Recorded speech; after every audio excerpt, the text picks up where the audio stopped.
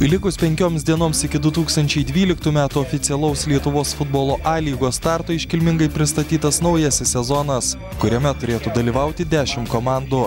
Tiesa, ar tikrai tai bus, paaiškės prieš paskutinę dieną prieš čempionatą, nes Klaipėdos Atlantui iki penktadienio suteiktas laiko tarpas, kad šis gautų A lygos licenciją.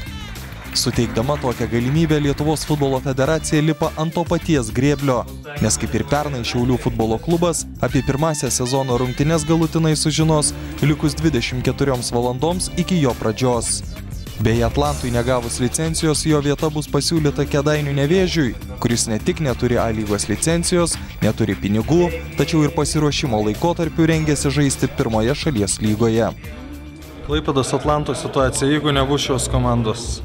Jinai bus ir, kaip turbūt matėte, sėdi prie stalelio atstovai futbolo klubo Atlantas ir, kiek žinau, yra geros žinios. Klubas turi naujus savininkus, kurie rūpinsis futbolo ateitim Klaipėdoje. Bet nebijo taip, kad bus kaip pernai, kad Žalgiris turės rūpintis Atlanto atvažiavimą į Vilnių? Na, pagal tai, kiek teko šnekėti, tai nebus jiem lengva, bet nebus tokių situacijų, kokios buvo pernai. Nes viena iš sąlygų buvo tai, kad jie turi įgyvendinti licencijavimo reikalavimus iki 9 kovo, tai yra iki šio penktadienio, ir tik tada žengs į A lygą. Jeigu neįgyvendins? Kiek žinau, jie įgyvendins. Jeigu neįgyvendins, jie pasitrauks. Tada 9 komandos? Ne, bus 10 komandų, nes yra šnekėta su Kėdainių komanda, jie sakė, kad jie šiaip iš principo ruošiasi pirmai lygai, tai jeigu iškiltų kažkokių tai problemų, jie mielų norų stotų į A lygą. Bet mes šiandien dienai sakom, kad yra Atlantas, Atlanto